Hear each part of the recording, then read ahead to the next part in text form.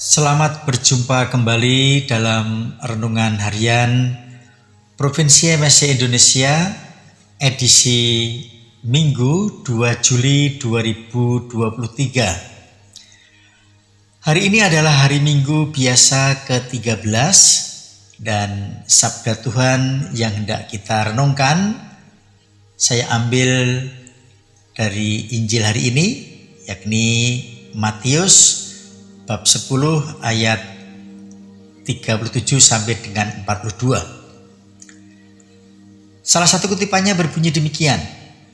Yesus berkata, "Barang siapa mengasihi bapa atau ibunya lebih daripadaku, ia tidak layak bagiku. Dan barang siapa mengasihi anaknya laki-laki atau perempuan lebih daripadaku, ia tidak layak bagiku. Barang siapa tidak memikul salibnya dan mengikuti aku, ia tidak layak bagiku." Saudara-saudari yang dikasihi Tuhan, dalam Kamus Bahasa Indonesia ada 3 contoh penggunaan kata layak, yaitu layak huni, layak kutip, dan layak saji. Kata layak diterapkan pada yang wajar, yang pantas, yang patut. Namun, kalau seseorang berkata, "Dia tidak layak bagiku," pendengar pada umumnya dapat mengartikan ucapannya itu sebagai sebuah kesombongan. Sombong banget dia. Kita bisa membayangkan kalau kata-kata ini diucapkan oleh seorang suami terhadap istrinya. "Kamu tidak layak bagiku." Tentu saja si istri akan merasa marah, kecewa, bahkan sakit hati. Suaminya sebagai suami yang sombong. Nah, dalam Injil hari ini, seperti yang saya kutip di awal tadi, ungkapan "tak layak bagiku" justru disuarakan oleh Yesus sendiri sebanyak 3 kali. Barang siapa mengasihi bapa atau ibunya lebih daripadaku, ia tidak layak bagiku. Barang siapa mengasihi anaknya, laki-laki atau perempuan, lebih daripadaku, ia tidak layak bagiku. Barang siapa tidak memikul salibnya dan mengikuti aku, ia tidak layak bagiku. Jadi 2 kali ditegaskan bahwa manusia harus mengasihi Yesus lebih daripada siapapun, termasuk ayah, ibu, atau anak. Dan sekali ditegaskan bahwa manusia harus memikul salibnya sambil mengikuti Yesus. Jadi, siapa yang tidak layak bagi Yesus?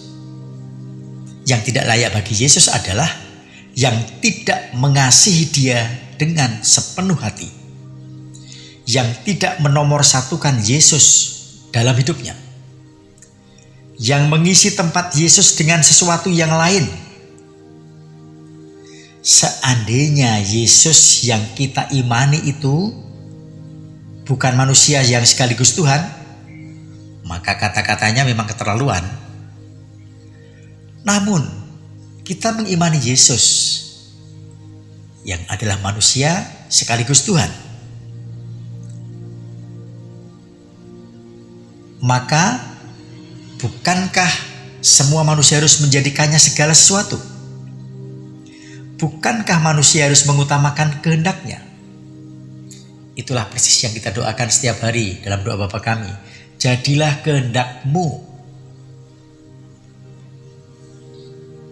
Satu contoh begini. Seorang ketua lingkungan di satu desa terpencil yang jauh dari gereja sedang beristirahat dengan istri yang sangat dicintainya, yang sedang tidak enak badan. Badannya hangat, mungkin lagi flu. Namun tiba-tiba di tengah malam rumahnya diketuk orang. Orang itu memberitahu bahwa Ibu T, sebut saja begitu, di satu pojok desa sakitnya sangat gawat, parah, dan menurut banyak orang yang menunggunya tampaknya sudah akan sampai pada ajalnya.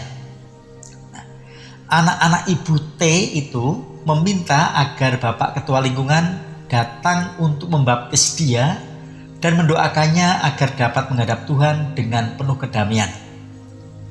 Bapak Ketua Lingkungan yang juga sekaligus prodiakon di stasi itu memang punya mandat dari pastor paroki untuk melakukan tugas pastoral di desanya, di stasinya.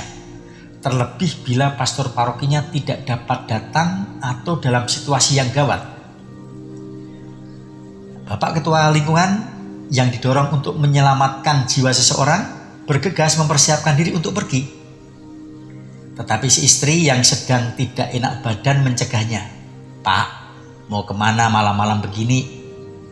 Bukankah sakitku ini sakit menular? Bagaimana kalau nanti Bapak malah menularkan penyakitku itu kepada yang sedang tidak sehat? Misalnya, apalagi saya takut ditinggal sendirian, Pak. Sudahlah besok pagi saja, toh dia belum tentu akan dipanggil Tuhan malam ini." Bapak Ketua Lingkungan tadi bimbang, tapi akhirnya dia tetap pergi.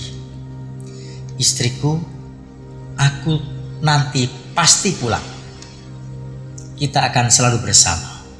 Tapi ini panggilan Tuhan yang tidak bisa saya abaikan." Inilah menurut saya contoh dia mengasihi Yesus lebih dari siapapun, tapi sekaligus juga memikul salib Yesus. Masalah memikul salib sambil mengikuti Yesus sangat erat hubungannya dengan kasih. Sebagaimana dilambangkan dalam salib itu, yang vertikal kasih kepada Allah dan horizontal kasih kepada sesama. Bagaimana manusia membuktikan kasihnya kepada Tuhan? Ya, dengan mengikuti kehendak-Nya. Pertanyaannya, layakkah kita untuk Yesus Tuhan kita? Tuhan memberkati.